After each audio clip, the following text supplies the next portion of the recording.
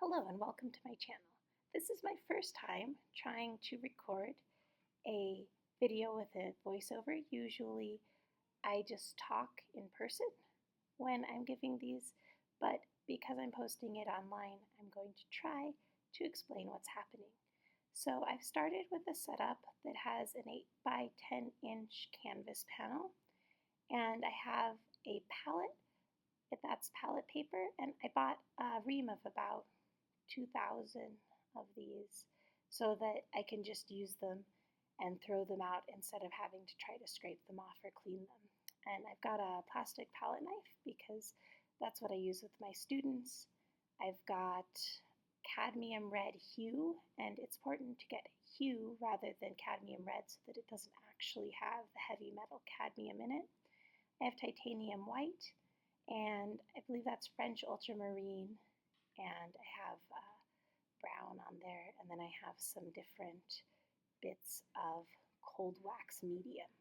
So I'm starting with my dark tone, and so I'm mixing that brown and blue, and those brown and blue together mix really nice kind of dark blacks and dark grays and some nice neutrals. I'm mixing some wax medium into it, and usually cold wax painters say that they mix about 50-50 cold wax and paint, and so that's what I'm doing there. I'm mixing the cold wax and paint about half and half together to make my first color. And then I do want to have some grays in there too. This is going to be for the sky, so I'm adding some white so I can have some different grays and blacks and make kind of a stormy sky. And I'm going to have some cold wax medium in there too, also about 50-50.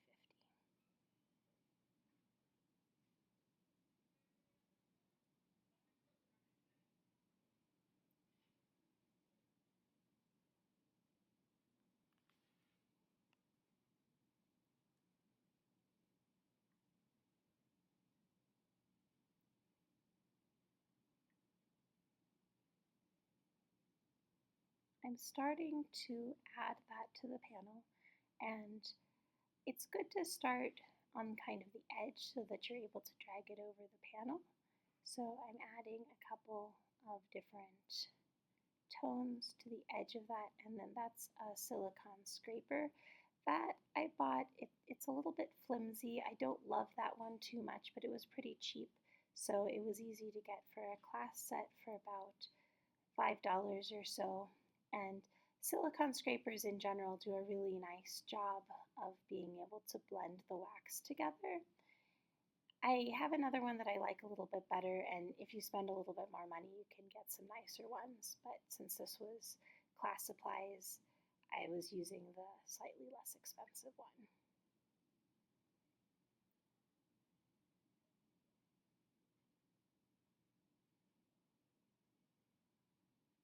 And you can apply it directly with the scraper too if you want, especially if they're a little bit harder. That one's very soft. I am wearing gloves, and it's a good idea to wear gloves. I usually don't for painting, but with cold wax specifically, I do tend to get it on my hands because of that silicone scraper, because I have my hands kind of closer to the paint than I would if I was using a paintbrush.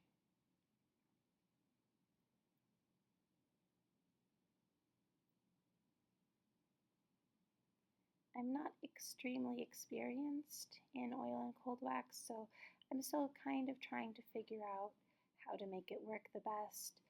It's possible that somebody who is more experienced would be doing less of this fussing about with getting those strokes in and might be more decisive about it. I'm trying to make a nice, smooth, thin layer that still covers up the canvas. You can also do this on panel boards and on gesso paper that's been taped down, and then you don't have to do quite so much paint the first layer. I'm trying to get it into the weave of the canvas for this one to make a nice smooth underlayer. I do like how the different grays are blending together. I think that's making some nice colors.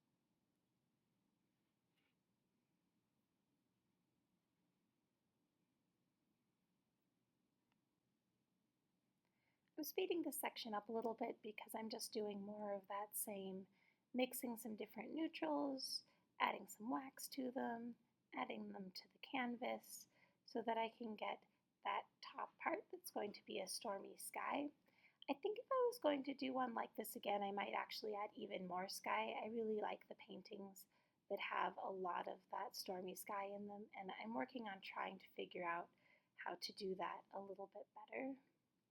There was somehow in my paint, there were little scratchy pieces that I had to take out. I'm not sure where those came from. I think it might have dried at the top of the paint tube.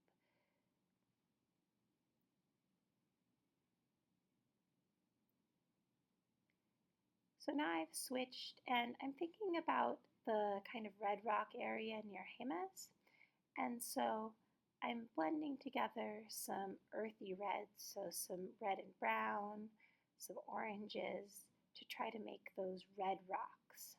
There was a day that I went out and the sky was kind of stormy, and there was a river, and the river was red. This river isn't going to be red because I wasn't able to make it look like a river when it was in those colors, but I am trying to put in the colors from the rock and the clay in that area.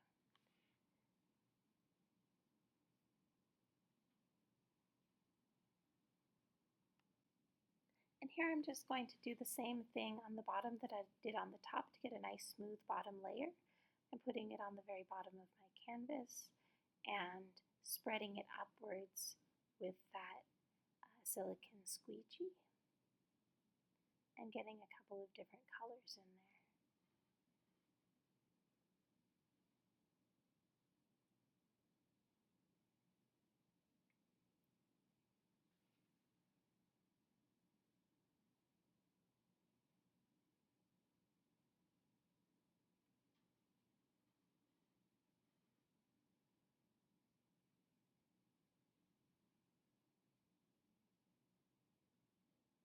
I think some artists wipe their rib off with a paper towel more often than I do. I'm trying to save paint, but I think professional artists don't worry quite as much about saving paint and might be more willing to wipe it off pretty frequently. So I'm trying to put in those colors from the clay and from the cliffs and scraping it upwards. It's blending into the sky a little bit, which is an effect that I really like about cold wax.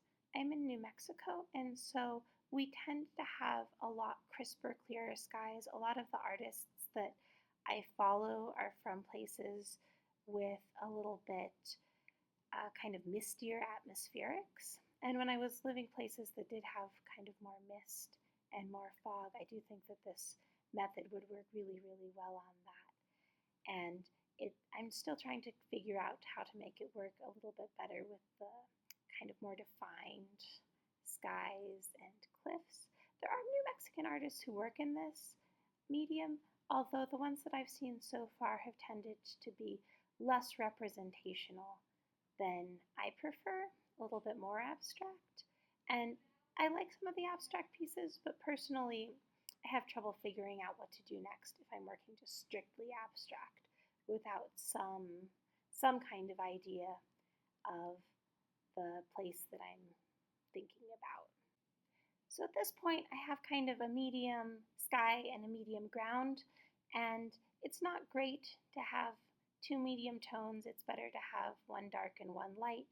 And so I'm trying out to see what happens if I add a little bit of gold to the sky.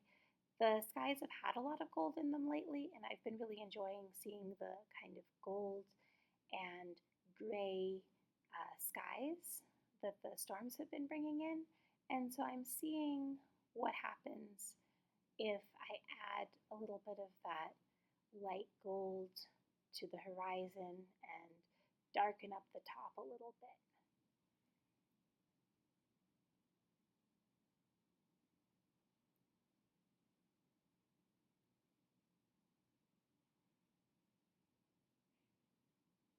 And as I say, I'm not very experienced in this, and so I'm trying out some different things. I was thinking about that river and trying to put in the river in orange first because that was the color that I had actually seen. It's not actually a bad look. I changed it a little later to more reflect the sky, but it's trying to get a little bit of that shape in there. And some of those gritty pieces are moving it around. I had to wipe them off and remove them a little bit.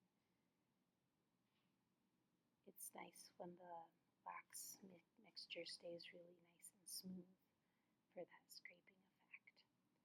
They have at least a little bit more value contrast starting to show up. If I hadn't been doing this painting for a class, if I had just been doing it for myself, then I probably would have stopped at this point and let it dry. But I was trying to do one in a single session, and so I added some more textured layers on top to show what that looks like. And I'm not sure that I love the effect, but I did go ahead and put those in. So I was thinking about some cottonwoods and some aspen trees, and so it's kind of getting some of those warm tones from both the cliffs and from the trees. And here's some red kind of from the cliffs being a little bit stronger, quite a bit stronger. So it's losing that hazy look, and I did kind of like the hazy look. So I would like to try to make some that keep that kind of haze, that really soft kind of look going. I have a couple that I'm working on that are trying to keep it, but they're a lot slower because I have to stop between sessions and wait for several days for it to solidify enough. Cold wax does dry a little bit faster than oil paints do, and so I don't have to wait quite as long as if it was a traditional oil painting that was this thick. It usually dries in under a week, but it does take a few days. So it is a little bit hard on the patience when you're first figuring out how to do it and aren't quite sure where it's going. So I changed the color in that river to look a little bit more river-like, to kind of reflect the sky a little bit more. And there's some of the cliffs coming in. They're very kind of knobby looking cliffs. They're not straight. They have a lot of little pigeonholes in them. I'm blending the sky a little bit more to try to add a little bit more drama and some value contrast up there.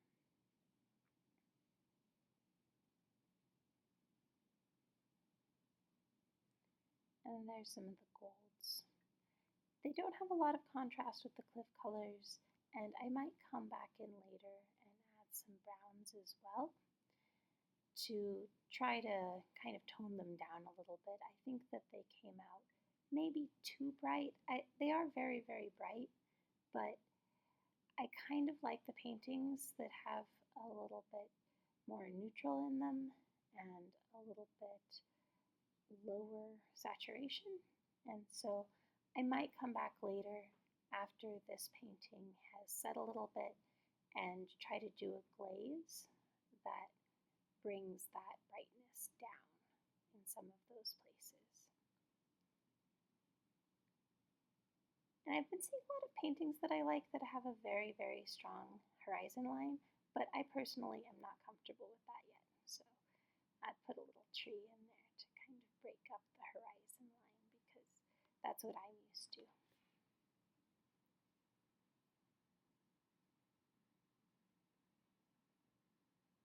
I do like still that contrast between the ground and the sky.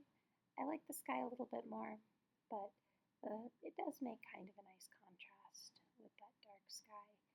I've been driving to work this morning and seeing that contrast on the horizon as well. We've been having a lot of storms around here lately with the dark sky and then the bright ground up in the foreground and maybe some sun showers. I had about 40 minutes to work on this painting, and I was trying to get it done during that time, so I had to stop at this point and put it aside. And as I say, I might come back to it and try to change some things in a few days, to try to maybe add some more definition, maybe I think it's too bright all the way across there. And thank you for watching my first video with a voiceover. I hope you enjoyed it and got something out of it, and please leave me a comment if you have anything to say.